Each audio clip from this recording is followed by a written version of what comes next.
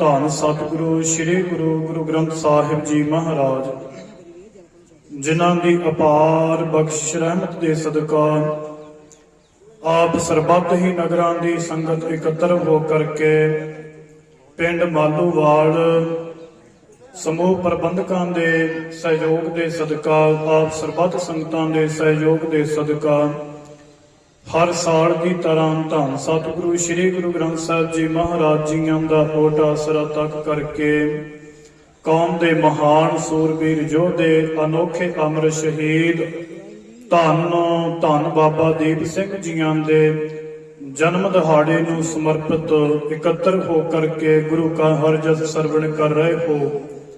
ਆਓ ਜਿਤਨਾ ਕੋ ਸਮਾਂ ਸਤਿਗੁਰੂ ਜੀਆਂ ਨੇ ਕਿਰਪਾ ਕਰਕੇ ਬਖਸ਼ਿਸ਼ ਕੀਤਾ ਹੈ, ਪ੍ਰੇਮ ਸਹਿਤ ਆਪਾਂ ਉਸ ਮਹਾਨ ਯੋਧੇ ਦੀ ਉਸ ਮਹਾਨ ਕੁਰਬਾਨੀ ਨੂੰ ਸਿਜਦਾ ਕਰੀਏ।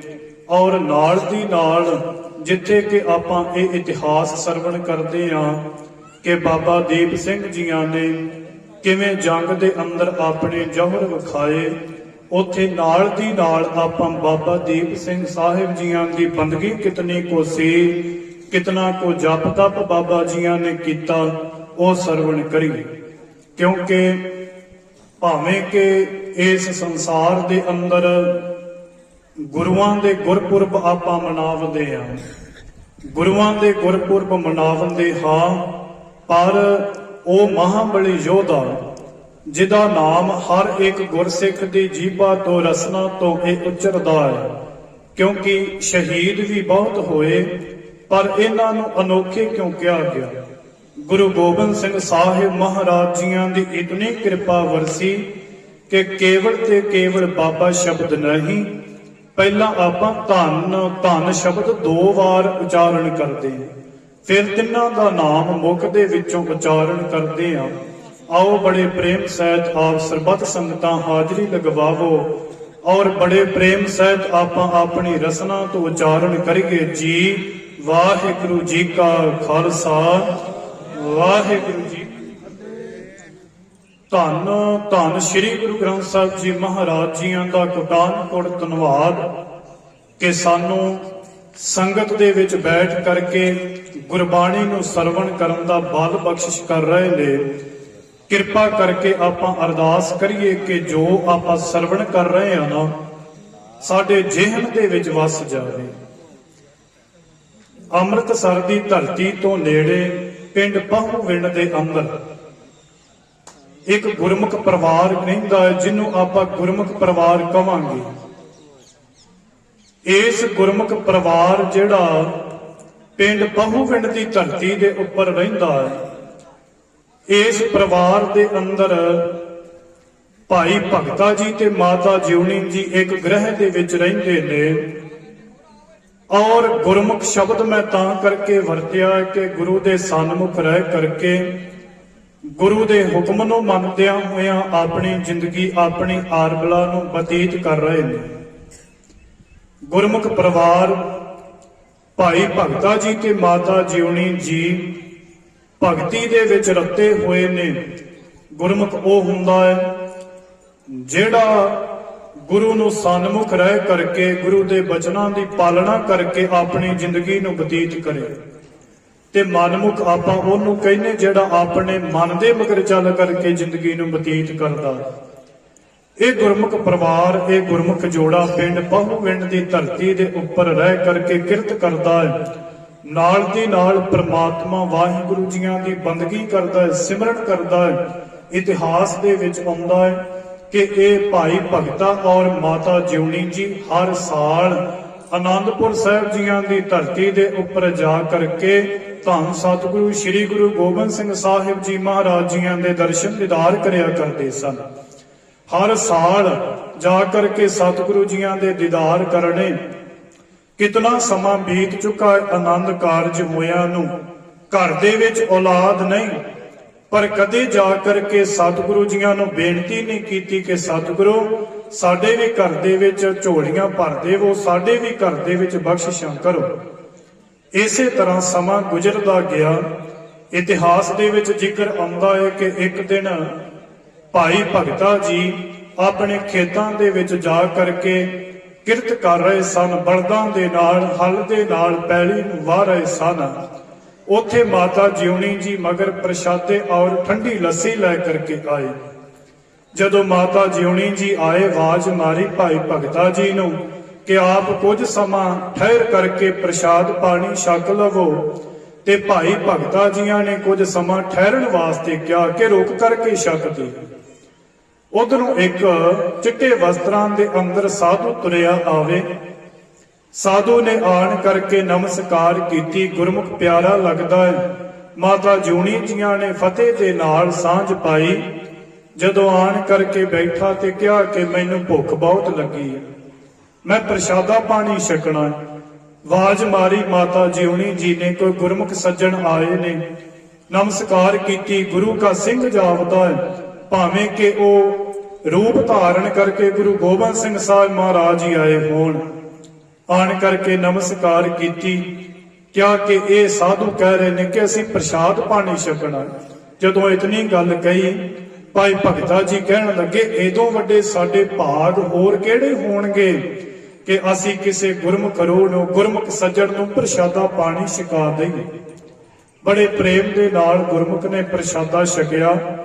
ਪ੍ਰਸ਼ਾਦਾ ਛਕਦਾ ਹੈ ਤੇ ਕੀ ਦੇਖਦਾ ਹੈ ਕਿ ਕੰਮ ਕਾਰਜ ਕਰ ਰਹੇ ਨੇ, ਔਰ ਜਿਹੜਾ ਇਹਨਾਂ ਦਾ ਖੂਹ ਹੈ ਨਾ, ਉਹਦੇ ਉੱਪਰ ਕੋਈ ਬੱਚਾ ਕਿਉਂ ਨਹੀਂ ਖੇਡਦਾ। ਬਚਨ ਕੀਤਾ ਮਾਤਾ ਜਿਉਣੀ ਜੀਆਂ ਨੂੰ ਕਿ ਤੁਹਾਡੇ ਘਰ ਦੇ ਬੱਚੇ ਕਿੱਥੇ ਨੇ? ਤੁਹਾਡੇ ਬੱਚੇ ਖੇਡਦੇ ਨਜ਼ਰ ਨਹੀਂ ਆਉਂਦੇ ਖੂਹ ਦੇ ਉੱਪਰ। ਮਾਤਾ ਜਿਉਣੀ ਜੀਆਂ ਨੇ ਅੱਖਾਂ ਭਰ ਲਈਆਂ, ਉਦਾਸ ਹੋ ਗਏ। ਉਹ ਸਾਧੂ ਨੂੰ ਪਤਾ ਲੱਗਾ ਕਿ ਇਹਨਾਂ ਦੇ ਘਰ ਦੇ ਵਿੱਚ ਔਲਾਦ ਨਹੀਂ। ਪ੍ਰੇਮ ਸਹਿਤ ਕਿਹਾ, ਦਿਲ ਹੌਲਾ ਨਾ ਕਰ ਮਾਤਾ, ਗੁਰੂ ਨਾਨਕ ਦੇਵ ਜੀਆਂ ਦੇ ਘਰ ਦੇ ਅੰਦਰ ਕਿਸੇ ਚੀਜ਼ ਦਾ ਘਾਟਾ ਨਹੀਂ। ਇਸ ਘਰ ਦੇ ਜਿਹੜੇ ਖਜ਼ਾਨੇ ਨੇ, ਭੰਡਾਰੇ ਨੇ, ਉਹ ਭਰੇ ਹੋਏ ਨੇ। ਗੁਰੂ ਰਾਮਦਾਸ, ਗੁਰੂ ਗੋਬਿੰਦ ਸਿੰਘ ਸਾਹਿਬ ਪਾਸ ਅਰਦਾਸ ਕਰ, ਤੇਰੀਆਂ ਵੀ ਉਹ ਝੋਲੀਆਂ ਜ਼ਰੂਰ ਭਰੇਗਾ। ਕੁਝ ਸਮਾਂ ਬੀਤਿਆ। ਸਮਾਂ ਬੀਤਣ ਤੋਂ ਬਾਅਦ ਸਤਿਗੁਰੂ ਜੀਆਂ ਨੇ ਕਿਰਪਾ ਕੀਤੀ। ਮਾਤਾ ਜਿਉਣੀ ਦੀ ਕੁੱਖ ਹਰੀ ਹੋਈ। ਮਾਤਾ ਜਿਉਣੀ ਦੇ ਘਰ ਦੇ ਵਿੱਚ ਜਨਮ ਲਿਆ ਹੈ ਭਾਈ ਦੀਪ ਨੇ। ਆਪਾਂ ਦੀਪ ਨਾਮ ਵਰਤਾਂਗੇ ਕਿਉਂਕਿ ਅੰਮ੍ਰਿਤ ਛਕਣ ਤੋਂ ਪਹਿਲਾਂ ਇਤਿਹਾਸਕਾਰਾਂ ਦੇ ਨਾਮ ਲਿਖਿਆ ਹੈ ਭਾਈ ਦੀਪਾ। ਭਾਈ ਦੀਪੇ ਨੇ ਜਨਮ ਲਿਆ ਹੈ, ਜਿਨ੍ਹਾਂ ਦਾ ਆਪਾਂ ਅੱਜ ਜਨਮ ਦਿਹਾੜਾ ਮਨਾ ਰਹੇ ਹਾਂ। 26 ਜਨਵਰੀ 1682 ਤੋਂ ਲੈ ਕਰਕੇ 1757 ਤੱਕ ਦਾ ਸਫ਼ਰ ਬਾਬਾ ਜੀਆਂ ਨੇ ਕਿਵੇਂ ਗੁਜ਼ਾਰਨਾ ਕੀਤਾ।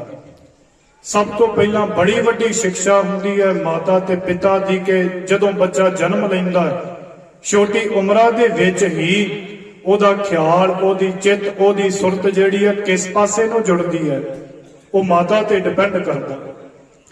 ਜਿਉਂ-ਜਿਉਂ ਉਮਰਾਂ ਵੱਧਦੀ ਗਈ, ਤਿਉਂ-ਤਿਉਂ ਮਾਤਾ ਜਿਉਣੀ ਆਪ ਗੁਰਮੁਖ ਸਨ। ਉਸ ਪਰਮੇਸ਼ਰ ਦੀ ਬੰਦਗੀ ਕਰਦੇ ਸਨ, ਸਿਮਰਨ ਕਰਦੇ ਸਨ, ਭਜਨ ਕਰਦੇ ਸਨ ਤੇ ਆਪਣੇ ਪੁੱਤ ਨੂੰ ਗੁੜਤੀ ਕੀ ਦਿੱਤੀ ਹੈ। ਜਿਵੇਂ ਸਾਧ ਸੰਗਤ ਦੁਨਿਆਵੀ ਮਾਂ ਦੀਆਂ 3 ਕੁ ਇਛਾਵਾਂ ਹੁੰਦੀਆਂ ਨੇ ਕਿ ਜਿਹੜਾ ਮੇਰਾ ਪੁੱਤਰ, ਮੇਰਾ ਬੱਚਾ ਹੈ ਨਾ, ਉਹਦੇ ਤਨ ਦੇ ਜਿਹੜੇ ਕੱਪੜੇ ਨੇ ਨਾ ਉਹ ਚੰਗੇ ਹੋਣ, ਮੇਰੇ ਬੱਚੇ ਦੀ ਖੁਰਾਕ ਚੰਗੀ ਹੋਵੇ। ਤੇ ਤੀਜੀ ਲੋਚਾ ਮਾਂ ਇਹ ਕਰਦੀ ਹੈ ਕਿ ਮੇਰੇ ਬੱਚੇ ਦੀ ਜੇਕਰ ਖੁਰਾਕ ਚੰਗੀ ਹੈ, ਤਨ ਦੇ ਉੱਪਰ ਕੱਪੜਾ ਚੰਗਾ ਹੈ, ਸੋਹਣਾ ਸੁੰਦਰ ਵਸਤਰ ਨੇ, ਤੇ ਤੀਜੀ ਲੋਚਨਾ ਮਾਤਾ ਦੀ ਇਹ ਹੋਵੇਗੀ ਕਿ ਮੇਰੇ ਪੁੱਤਰ ਦੀ ਸੰਗਤ ਵੀ ਜਿਹੜੀ ਹੈ ਨਾ ਉਹ ਚੰਗੀ ਹੋਵੇ। ਕਿਉਂਕਿ ਸੰਗਤ ਕਦੀ ਚੋਰ, ਕਦੀ ਸਾਧੂ, ਕਦੀ ਮਹਾਂਪੁਰਸ਼ ਵੀ ਬਣਾ ਦਿਆ ਕਰਦੀ ਹੈ। ਇਸ ਕਰਕੇ ਮਾਤਾ ਜਿਉਣੀ ਜੀਆਂ ਨੇ ਇਹ ਅਰਦਾਸ ਕੀਤੀ ਹੈ। ਜਦੋਂ ਕਿਸੇ ਦਾ ਜਨਮ ਹੁੰਦਾ ਹੈ ਨਾ, ਕਿਸੇ ਬੱਚੇ ਦਾ, ਆਪਾਂ ਬੜੇ ਪ੍ਰੇਮ ਸਹਿਤ ਇਹ ਬਚਨ ਕਰਦੇ ਆ। ਔਰ ਭਾਈ ਸਾਹਿਬ ਵੀ ਪੜ੍ਹਨਗੇ ਕਿ ਪੂਤਾ ਮਾਤਾ ਕੀ ਅਸੀਸ, ਨਿਮਖ ਨਾ ਬਿਸਰੋ ਤੁਮ ਕੋ, ਹਰ ਹਰ ਸਦਾ ਭਜੋ ਜਗਦੀਸ਼। ਇਹਨਾਂ ਪੰਕਤੀਆਂ ਦਾ ਨਿਚੋੜ ਮਾਤਾ ਜਿਉਣੀ ਜੀਆਂ ਨੇ ਕੱਢਿਆ। ਉਹਨਾਂ ਨੇ ਇਹਨਾਂ ਪੰਕਤੀਆਂ ਦੀ ਮੰਗ ਕੀਤੀ ਹੈ ਉਸ ਪਰਮੇਸ਼ਰ ਕੋਲੋਂ ਕਿ ਮੇਰੇ ਪੁੱਤਰ ਦੀ ਖੁਰਾਕ ਸਤਿਗੁਰੂ ਤੇਰਾ ਨਾਮ ਹੋਵੇ, ਤੇਰਾ ਭਜਨ ਹੋਵੇ। ਮੇਰੇ ਪੁੱਤਰ ਦੇ ਉੱਪਰ ਤਨ ਦੇ ਜਿਹੜਾ ਕੱਪੜਾ ਹੈ ਨਾ ਉਹ ਤੇਰਾ ਪ੍ਰੇਮ ਪਟੋਲਾ ਹੋਵੇ। ਇਹ ਮੰਗ ਕੀਤੀ ਮਾਤਾ ਜਿਉਣੀ ਜੀ ਨੇ ਕਿ ਸਤਿਗੁਰੂ ਕਿਰਪਾ ਕਰੋ, ਮੇਰੇ ਬੱਚੇ ਨੂੰ ਇਹ ਦਾਤਾਂ ਜਿਹੜੀਆਂ ਨਾ ਉਹ ਬਖਸ਼ਿਸ਼ ਕਰ ਦੇਵੋ। ਜਦੋਂ ਇਤਨੀਆਂ ਅਰਜ਼ੋਈਆਂ ਕੀਤੀਆਂ, ਉਧਰ ਧੰਨ ਸਤਿਗੁਰੂ ਸ੍ਰੀ ਗੁਰੂ ਗੋਬਿੰਦ ਸਿੰਘ ਸਾਹਿਬ ਜੀ ਮਹਾਰਾਜ ਆਨੰਦਪੁਰ ਸਾਹਿਬ ਜੀਆਂ ਦੀ ਧਰਤੀ ਦੇ ਉੱਪਰ ਕਿਰਪਾ ਵਰਸਾ ਰਹੇ ਨੇ। ਕੁਝ ਸਮਾਂ ਨਿਕਲਿਆ, ਆਰਪਲਾ ਵੱਡੀ ਹੋਈ। ਮਾਤਾ ਜਿਉਣੀ ਭਾਈ ਭਗਤਾ ਜੀ ਭਾਈ ਦੀਪ ਸਿੰਘ ਨੂੰ ਨਾਲ ਲੈ ਕਰਕੇ ਆਨੰਦਪੁਰ ਸਾਹਿਬ ਜੀਆਂ ਦੀ ਧਰਤੀ ਦੇ ਉੱਪਰ ਚਲੇ ਗਏ। ਆਨੰਦਪੁਰ ਸਾਹਿਬ ਜੀਆਂ ਦੀ ਧਰਤੀ ਦੇ ਉੱਪਰ ਜਾ ਕਰਕੇ ਨਮਸਕਾਰ ਕੀਤੀ ਹੈ। ਭਾਈ ਦੀਪ ਸਿੰਘ ਨੇ ਨਮਸਕਾਰ ਕੀਤੀ ਹੈ। ਪਹਿਲੀ ਨਿਗਾਹ ਦੇ ਵਿੱਚ ਹੀ ਸਤਿਗੁਰੂ ਜੀਆਂ ਨੇ ਅਪਾਰ ਬਖਸ਼ਿਸ਼ਾਂ ਕਰ ਦਿੱਤੀਆਂ। ਪਹਿਲੀ ਨਿਗਾਹ ਦੇ ਵਿੱਚ ਸਤਿਗੁਰੂ ਜੀ ਤਰੁੱਟ ਪਏ। ਦਰਸ਼ਨ ਕਰਕੇ ਨਿਹਾਲ ਕਰ ਦਿੱਤਾ ਸਤਿਗੁਰੂ ਜੀਆਂ ਨੇ। ਕੁਝ ਦਿਨ ਠਹਿਰੇ, ਸੇਵਾ ਕਰਕੇ, ਸਿਮਰਨ ਕਰਕੇ, ਤੇ ਸਤਿਗੁਰੂ ਜੀਆਂ ਨੂੰ ਕਹਿਣ ਲੱਗੇ ਕਿ ਸਤਿਗੁਰੂ ਜੀ ਅਸੀਂ ਆਪਣੇ ਪਿੰਡ ਵਾਪਸ ਪਹੂਵਿੰਡ ਵਿਖੇ ਜਾਣਾ। ਮਾਤਾ ਜਿਉਣੀ ਜੀਆਂ ਨੂੰ ਨਿਮਰਤਾ ਸਹਿਤ ਭਾਈ ਦੀਪ ਸਿੰਘ ਕਹਿਣ ਲੱਗੇ, ਮਾਂ ਜੇਕਰ ਤੁਸੀਂ ਮੈਨੂੰ ਲੈ ਕਰਕੇ ਆਏ ਹੋ ਗੁਰੂ ਗੋਬਿੰਦ ਸਿੰਘ ਸਾਹਿਬ ਜੀ ਮਹਾਰਾਜ ਜੀਆਂ ਦੇ ਚਰਨਾਂ ਪਾਸ, ਕਿਰਪਾ ਕਰੋ ਕਿ ਆਪ ਪਿੰਡ ਚਲੇ ਜਾਵੋ, ਮੈਨੂੰ ਕੁਝ ਸਮਾਂ ਇੱਥੇ ਠਹਿਰ ਕਰਕੇ ਸੇਵਾ ਕਰਨ ਦਿਓ। ਜਦੋਂ ਬਚਨ ਕੀਤੇ, ਮਾਤਾ ਨੇ ਗੁਰੂ ਗੋਬਿੰਦ ਸਿੰਘ ਮਹਾਰਾਜ ਜੀਆਂ ਨੂੰ ਕਿਹਾ, ਸਤਿਗੁਰੂ ਅਸੀਂ ਆਪਣਾ ਲਾਲ ਤੁਹਾਡੇ ਚਰਨਾਂ ਪਾਸ ਛੱਡ ਕਰਕੇ ਚੱਲੇ ਆ। ਇੱਥੋਂ ਫਿਰ ਪਹੂਵਿੰਡ ਦੀ ਧਰਤੀ ਦੇ ਉੱਪਰ ਆ ਗਏ ਭਾਈ ਭਗਤਾ ਮਾਤਾ ਜਿਉਣੀ ਜੀ, ਜਿੱਥੋਂ ਤਵਾਰੀਖ ਆਰੰਭ ਹੁੰਦੀ ਬਾਬਾ ਦੀਪ ਸਿੰਘ ਜੀਆਂ ਦੀ। ਇਸ ਧਰਤੀ ਤੋਂ ਆਨੰਦਪੁਰ ਸਾਹਿਬ ਜੀਆਂ ਦੀ ਧਰਤੀ ਦੇ ਉੱਪਰੋਂ ਗੁਰੂ ਗੋਬਿੰਦ ਸਿੰਘ ਸਾਹਿਬ ਜੀ ਮਹਾਰਾਜ ਜੀਆਂ ਦੀ ਨਿਗਾਹ ਦੇ ਹੇਠ ਇਹਨਾਂ ਨੂੰ ਭਾਸ਼ਾਵਾਂ ਦਾ ਗਿਆਨ ਬੋਧ ਕਰਵਾਉਣਾ ਆਰੰਭ ਕੀਤਾ, ਕੀਰਤਨ ਕਰਵਾਉਣਾ ਆਰੰਭ ਕੀਤਾ। ਇਤਿਹਾਸ ਦੇ ਵਿੱਚ ਆਉਂਦਾ ਹੈ ਕਿ ਜਿਤਨਾ ਸਮਾਂ ਵੀ ਬਾਬਾ ਦੀਪ ਸਿੰਘ ਜੀ ਇਸ ਆਨੰਦਪੁਰ ਸਾਹਿਬ ਜੀਆਂ ਦੀ ਧਰਤੀ ਦੇ ਉੱਪਰ ਵਿਚਰੇ ਰਹੇ ਨਾ, ਉਤਨਾ ਸਮਾਂ ਕਥਾ ਵੀ ਕਰਿਆ ਕਰਦੇ ਸਨ, ਕੀਰਤਨ ਵੀ ਕਰਿਆ ਕਰਦੇ ਸਨ, ਤੇ ਜਿਤਨਾ ਸਮਾਂ ਹੋ ਸਕੇ ਭਾਂਡਿਆਂ ਦੀ ਸੇਵਾ ਵੀ ਕਰਿਆ ਕਰਦੇ ਸਨ। ਜਦੋਂ ਸਮਾਂ ਨਿਕਲਦਾ ਗਿਆ, ਇਧਰੋਂ ਕਰਕਮਰਾਂ ਦੇ ਨਾਲ ਸਤਿਗੁਰੂ ਜੀਆਂ ਨੇ ਆਪ ਕਿਰਪਾ ਰਹਿਮਤ ਕਰਕੇ ਖੰਡੇ ਬਾਟੇ ਦੀ ਪਹੁਲ ਛਕਾ ਕਰਕੇ ਦੀਪੇ ਤੋਂ ਦੀਪ ਸਿੰਘ ਬਣਾ ਦਿੱਤਾ। ਉਧਰ ਫਿਰ ਨਾਲ ਸੁਮੇਲ ਹੋਇਆ ਭਾਈ ਮਣੀ ਸਿੰਘ ਜੀ, ਜਿਨ੍ਹਾਂ ਨੇ ਆਪਣਾ ਬੰਦ ਕਟਵਾਇਆ। ਭਾਈ ਮਣੀ ਸਿੰਘ ਜੀਆਂ ਦਾ ਸੁਮੇਲ ਬਾਬਾ ਦੀਪ ਸਿੰਘ ਜੀਆਂ ਨਾਲ ਆਨੰਦਪੁਰ ਸਾਹਿਬ ਜੀਆਂ ਦੀ ਧਰਤੀ ਦੇ ਉੱਪਰ ਹੋਇਆ। 1703 ਦਾ ਸਮਾਂ ਆਇਆ। 1703 ਈਸਵੀ ਦੇ ਅੰਦਰ ਇਸ ਪਹੂਵਿੰਡ ਦੀ ਧਰਤੀ ਤੋਂ ਫਿਰ ਭਾਈ ਭਗਤਾ ਜੀ ਔਰ ਮਾਤਾ ਜਿਉਣੀ ਜੀ ਗਏ। ਜਦੋਂ ਜਾ ਕਰਕੇ ਆਨੰਦਪੁਰ ਸਾਹਿਬ ਸਤਿਗੁਰੂ ਜੀਆਂ ਦੇ ਦਰਸ਼ਨ ਕੀਤੇ, ਅੱਜ ਕੀ ਤੱਕਦੇ ਨੇ ਕਿ ਅਸੀਂ ਆਪਣੇ ਪੁੱਤਰ ਨੂੰ ਕਿਸ ਤਰ੍ਹਾਂ ਛੱਡ ਕਰਕੇ ਗਏ ਸੀ, ਪਰ ਅੱਜ ਜਦੋਂ ਦੇਖਿਆ ਸੋਹਣਾ ਤੇ ਸੁੰਦਰ ਦੁਮਾਲਾ ਸੀਸ ਤੇ ਸਜਿਆ ਹੈ, ਸੋਹਣਾ ਸੁੰਦਰ ਬਾਣਾ ਜਿਹੜਾ ਧਾਰਨ ਕੀਤਾ ਹੈ, ਸ਼ਸਤਰ ਬਸਤਰ ਪਹਿਨੇ ਹੋਏ ਨੇ, ਜਦੋਂ ਤੱਕਿਆ ਜਾਹੋ ਜਲਾਲ ਦੇ ਵਿੱਚ ਤੇ ਝੂਲ ਉੱਠੇ ਆਨੰਦ ਦੇ ਵਿੱਚ। ਖੁਸ਼ ਹੋ ਗਏ ਪ੍ਰਸੰਨਤਾ ਦੇ ਨਾਲ, ਤਨ ਦੇ ਵਿੱਚੋਂ ਮਨ ਦੇ ਵਿੱਚੋਂ ਲਹਿਰਾਂ ਉੱਠੀਆਂ ਕਿ ਸਤਿਗੁਰੂ ਬੜੀ ਵੱਡੀ ਕਿਰਪਾ ਕੀਤੀ। ਜਾ ਕਰਕੇ ਬੇਨਤੀ ਕੀਤੀ ਸਤਿਗੁਰੂ ਜੀਆਂ ਨੂੰ ਕਿ ਸਤਿਗੁਰੂ ਜੀ ਤੁਸੀਂ ਸਾਡੇ ਬੱਚੇ ਉੱਪਰ ਬੜੀ ਵੱਡੀ ਬਖਸ਼ਿਸ਼ ਕੀਤੀ ਹੈ, ਤੇ ਕਿਰਪਾ ਰਹਿਮਤ ਕਰੋ, ਸਾਡੇ ਉੱਪਰ ਇੰਨੀ ਕੁ ਹੁਣ ਦਇਆ ਕਰੋ, ਜੇ ਤੁਸੀਂ ਆਗਿਆ ਦੇਵੋ ਤੇ ਅਸੀਂ ਭਾਈ ਦੀਪ ਸਿੰਘ ਨੂੰ ਆਪਣੇ ਪਿੰਡ ਵਾਪਸ ਪਹੂਵਿੰਡ ਲੈ ਜਾਈਏ। ਜਦੋਂ ਬੇਨਤੀ ਕੀਤੀ, ਸਤਿਗੁਰੂ ਜੀ ਕਹਿੰਦੇ ਜ਼ਰੂਰ ਤੁਸੀਂ ਲੈ ਕਰਕੇ ਜਾਵੋ। ਤੁਰਨ ਲੱਗੇ, ਸਤਿਗੁਰੂ ਕਹਿੰਦੇ ਭਾਈ ਦੀਪ ਸਿੰਘ ਜੀ, ਗੁਰੂ ਨਾਨਕ ਦੇਵ ਮਹਾਰਾਜ ਜੀਆਂ ਦੀ ਸਿੱਖੀ ਨੂੰ ਸੰਭਾਲ ਕਰਕੇ ਰੱਖਣਾ। ਉਹ ਜਿਹੜਾ ਸਿਮਰਨ ਤੁਸੀਂ ਸੰਭਾਲਿਆ ਹੈ ਨਾ, ਉਹਨੂੰ ਇਸ ਤਰ੍ਹਾਂ ਸੰਭਾਲ ਕਰਕੇ ਰੱਖਣਾ ਹੈ। ਤੇ ਫਿਰ ਬੇਨਤੀ ਕੀਤੀ ਕਿ ਪ੍ਰਚਾਰ ਤੇ ਪ੍ਰਸਾਰ ਜਿਹੜਾ ਉਹ ਕਰਦੇ ਰਹਿਣਾ। ਬੇਨਤੀਆਂ ਕਰਕੇ ਸਤਿਗੁਰੂ ਜੀਆਂ ਨੇ ਪਹੂਵਿੰਡ ਦੀ ਧਰਤੀ ਨੂੰ ਤੋਰਿਆ। ਮਾਤਾ ਜਿਉਣੀ ਭਾਈ ਭਗਤਾ ਜੀ ਲੈ ਕਰਕੇ ਆਏ। ਇਸੇ ਤਰ੍ਹਾਂ ਡਟ ਕਰਕੇ ਪਹੂਵਿੰਡ ਦੀ ਧਰਤੀ ਦੇ ਉੱਪਰ ਬਾਬਾ ਦੀਪ ਸਿੰਘ ਜੀ ਸੇਵਾਵਾਂ ਕਰਨ ਲੱਗੇ, ਪ੍ਰਚਾਰ ਤੇ ਪ੍ਰਸਾਰ ਕਰਨ ਲੱਗੇ। ਉਧਰ ਧੰਨ ਸਤਿਗੁਰੂ ਸ੍ਰੀ ਗੁਰੂ ਗੋਬਿੰਦ ਸਿੰਘ ਸਾਹਿਬ ਜੀ ਮਹਾਰਾਜ ਪਰਿਵਾਰ ਵਿਛੋੜੇ ਤੋਂ ਬਾਅਦ ਇਧਰੋਂ ਦੀ ਹੁੰਦੇ ਹੋਏ ਦਮਦਮਾ ਸਾਹਿਬ ਚਲੇ ਗਏ। ਸਮਾਂ ਬਹੁਤ ਥੋੜਾ ਹੈ। ਦਮਦਮਾ ਸਾਹਿਬ ਜੀਆਂ ਦੀ ਧਰਤੀ ਦੇ ਉੱਪਰ ਗਏ। ਕੁਝ ਸਮਾਂ ਅਮਨ ਅਮਾਨ ਦਾ ਮਿਲਿਆ, ਸ਼ਾਂਤੀ ਦਾ ਮਿਲਿਆ। ਜੰਗਾਂ ਤੋਂ ਵਿਹਲੇ ਹੋਏ। ਗੁਰਸਿੱਖਾਂ ਨੇ ਬੇਨਤੀਆਂ ਕੀਤੀਆਂ ਸਨ, ਸਤਿਗੁਰੂ ਗੁਰੂ ਗ੍ਰੰਥ ਸਾਹਿਬ ਜੀ ਮਹਾਰਾਜ ਜੀਆਂ ਦੀ ਬਾਣੀ ਦੇ ਅੰਦਰ ਗੁਰੂ ਤੇਗ ਬਹਾਦਰ ਸਾਹਿਬ ਜੀਆਂ ਦੀ ਗੁਰਬਾਣੀ ਨੂੰ ਅੰਕਿਤ ਕਰਕੇ ਤੇ ਆਪਾਂ ਸੰਪੂਰਨਤਾ ਕਰੀਏ। ਸਤਿਗੁਰੂ ਜੀਆਂ ਨੇ ਇਹ ਬਚਨ ਕੀਤਾ ਹੈ ਕਿ ਹੁਣ ਧੰਨ ਸਤਿਗੁਰੂ ਸ੍ਰੀ ਗੁਰੂ ਤੇਗ ਬਹਾਦਰ ਸਾਹਿਬ ਜੀਆਂ ਦੀ ਗੁਰਬਾਣੀ ਨੂੰ ਸ੍ਰੀ ਗੁਰੂ ਗ੍ਰੰਥ ਸਾਹਿਬ ਜੀ ਮਹਾਰਾਜ ਜੀਆਂ ਵਿੱਚ ਅੰਕਿਤ ਕੀਤਾ ਜਾਵੇ। ਕਹਿਣ ਲੱਗੇ ਭਾਈ ਮਣੀ ਸਿੰਘ ਜੀਆਂ ਨੂੰ ਬੁਲਾਇਆ ਗਿਆ, ਦਿੱਲੀ ਚਲੇ ਗਏ ਸਨ, ਉਹਨਾਂ ਨੂੰ ਬੁਲਾਇਆ।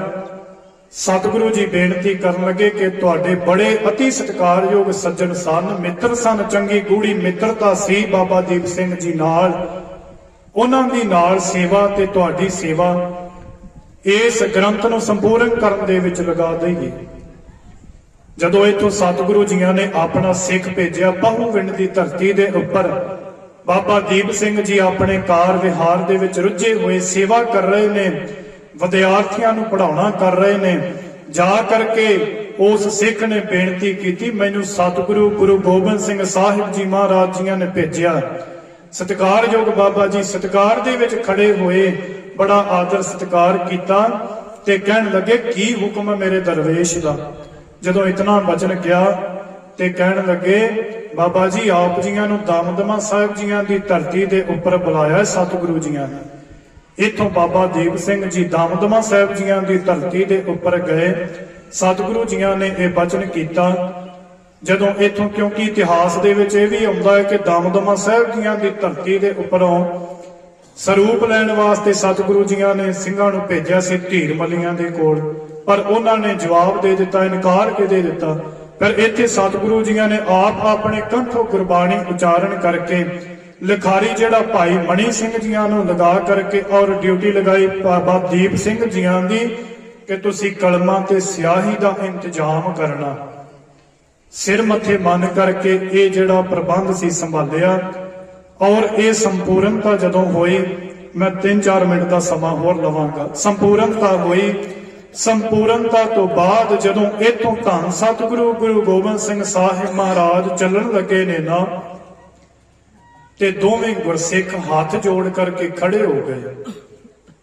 ਕਿਉਂਕਿ ਜਿਹੜਾ ਗੁਰਸਿੱਖ ਉਸ ਪ੍ਰਮਾਤਮਾ ਵਾਹਿਗੁਰੂ ਜੀਆਂ ਦੇ ਨਾਲ ਭਾਵੇਂ ਕਿਸੇ ਸਾਧੂ ਭਾਵੇਂ ਗੁਰੂ ਦੇ ਨਾਲ ਪ੍ਰੇਮ ਕਰਦਾ ਹੈ ਨਾ, ਉਹਦਾ ਇਤਨਾ ਕੋ ਪ੍ਰੇਮ ਅਧਿਕ ਹੁੰਦਾ ਹੈ ਕਿ ਭਾਵੇਂ ਮੇਰੀ ਮੌਤ ਹੋ ਜਾਵੇ ਮੈਂ ਕਦੇ ਵਾਸਤੇ ਵਿਛੜਾ ਨਾ। ਜਦੋਂ ਸਤਿਗੁਰੂ ਜੀ ਜਾਣ ਲੱਗੇ ਤੇ ਬੇਨਤੀ ਕਰ ਰਹੇ ਨੇ ਭਾਈ ਮਣੀ ਸਿੰਘ ਜੀ, ਕਹਿਣ ਲੱਗੇ ਸਤਿਗੁਰੂ ਅਸੀਂ ਤੁਹਾਡੇ ਕੋਲੋਂ ਕੁਝ ਮੰਗਣਾ ਚਾਹੁੰਦੇ ਹਾਂ, ਤੁਹਾਡੇ ਜਾਣ ਤੋਂ ਪਹਿਲਾਂ ਅਸੀਂ ਤੁਹਾਡੇ ਕੋਲੋਂ ਕੁਝ ਮੰਗਣਾ ਚਾਹੁੰਦੇ। ਸਤਿਗੁਰੂ ਕਹਿਣ ਲੱਗੇ ਬੋਲੋ ਭਾਈ ਮਣੀ ਸਿੰਘ ਜੀ ਕੀ ਮੰਗਣਾ ਚਾਹੁੰਦੇ? ਭਾਈ ਮਣੀ ਸਿੰਘ ਜੀਆਂ ਨੇ ਦੋਵੇਂ ਹੱਥ ਅੱਗੇ ਕੀਤੇ, ਕਹਿਣ ਲੱਗੇ ਸਤਿਗੁਰੂ ਮੇਰੀ ਝੋਲੀ ਦੇ ਅੰਦਰ ਗੁਰਸਿੱਖੀ ਦੀ ਦਾਤ ਪਾ ਦੇਵੋ। ਜਿਤਨਾ ਤੱਕ ਸਮਾਂ ਹੈ ਸਵਾਸ ਨੇ ਇਹ ਆਖਰੀ ਸਵਾਸਾਂ ਤੱਕ ਨਿਭਦੀ ਰਵੇ।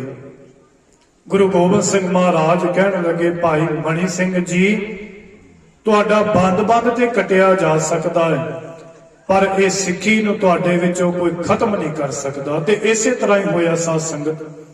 ਬਾਬਾ ਦੀਪ ਸਿੰਘ ਜੀ ਅਗਾਂਹ ਹੋਏ, ਕਹਿਣ ਲੱਗੇ ਸਤਿਗੁਰੂ ਮੇਰੀ ਸਿੱਖੀ ਦੇ ਅੰਦਰ, ਮੇਰੀ ਝੋਲੀ ਦੇ ਅੰਦਰ ਸਿੱਖੀ ਦੀ ਦਾਤ ਪਾ ਦੇਵੋ।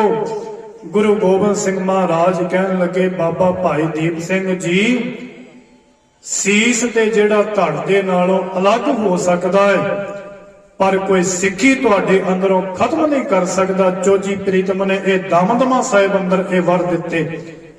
ਬਾਬਾ ਦੀਪ ਸਿੰਘ ਜੀਆਂ ਨੇ 11 ਸਾਲ ਸਾਧ ਸੰਗਤ ਜੀ ਗੁਰੂ ਗ੍ਰੰਥ ਸਾਹਿਬ ਮਹਾਰਾਜ ਜੀਆਂ ਦੀ ਗੁਰਬਾਣੀ ਨੂੰ ਲਿਖਣਾ ਕੀਤਾ। 11 ਸਾਲ, ਕੋਈ 1-2 ਸਾਲ ਨਹੀਂ, 11 ਸਾਲ ਲਗਾ ਕਰਕੇ ਆਪਣੇ ਹੱਥਾਂ ਦੇ ਨਾਲ 4 ਸਵਰੂਪ ਬਾਬਾ ਦੀਪ ਸਿੰਘ ਜੀਆਂ ਨੇ ਲਿਖੇ।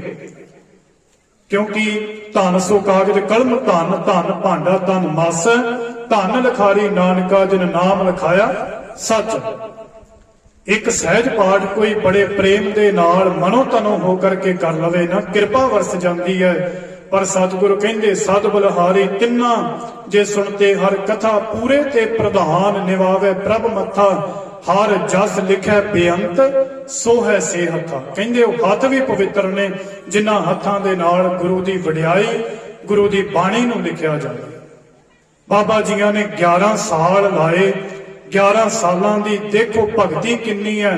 ਭੋਰੇ ਦੇ ਅੰਦਰ ਬੈਠ ਕਰਕੇ ਬਾਬਾ ਦੀਪ ਸਿੰਘ ਜੀਆਂ ਨੇ 4 ਸਵਰੂਪ ਲਿਖੇ। ਪਹਿਲਾ ਸਵਰੂਪ 2 ਸ਼ੇਰ ਸਾਹੀ ਮਿਲਾ ਕਰਕੇ ਸੋਨੇ ਦੀ ਔਰ ਅਕਾਲ ਤਖਤ ਸਾਹਿਬ ਵਿਖੇ ਪਹੁੰਚਾਇਆ ਹੈ। ਦੂਜਾ ਜਿੱਥੋਂ ਖੰਡੇ ਬਾਟੇ ਦੀ ਪੌੜ ਛਕੀ ਕੇਸਗੜ੍ਹ ਸਾਹਿਬ, ਪਟਨਾ ਸਾਹਿਬ ਤੀਜਾ, ਔਰ ਚੌਥਾ ਹਜੂਰ ਸਾਹਿਬ।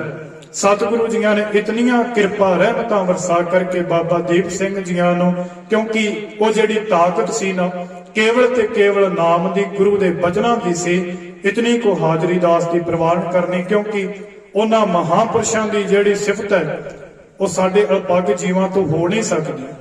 ਅਸੀਂ ਤੇ ਅਣਜਾਣ ਬੱਚੇ ਹਾਂ ਤੇ ਉਹਨਾਂ ਯੋਧਿਆਂ ਦੀ ਸਿਫਤ ਜਿਹੜੀ ਹੈ ਕੋਈ 1-2 ਘੰਟੇ ਦੇ ਅੰਦਰ ਕੋਈ ਆਪਣੀ ਸਾਰੀ ਜ਼ਿੰਦਗੀ ਵੀ ਲਗਾ ਦੇਵੇ ਤਾਂ ਵੀ ਨਹੀਂ ਹੋ ਸਕਦੀ। ਬਹੁਤ ਬਹੁਤ ਧੰਨਵਾਦ ਸਤਿਗੁਰੂ ਸ੍ਰੀ ਗੁਰੂ ਗ੍ਰੰਥ ਸਾਹਿਬ ਜੀ ਮਹਾਰਾਜ ਜੀਆਂ ਦਾ।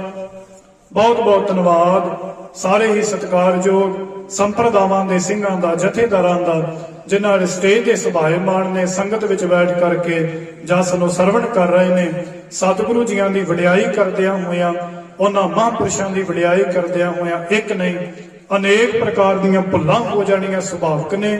ਸਤਿਗੁਰੂ ਅਗਾਂਹ ਵਾਸਤੇ ਕਿਰਪਾ ਕਰਨ, ਅਣਜਾਣ ਬੱਚੇ ਸਮਝ ਕਰਕੇ ਮੁਆਫ ਕਰਨ, ਆਪ ਭੁੱਲਾਂ ਨਾ ਚਿਤਾਰਿਓ।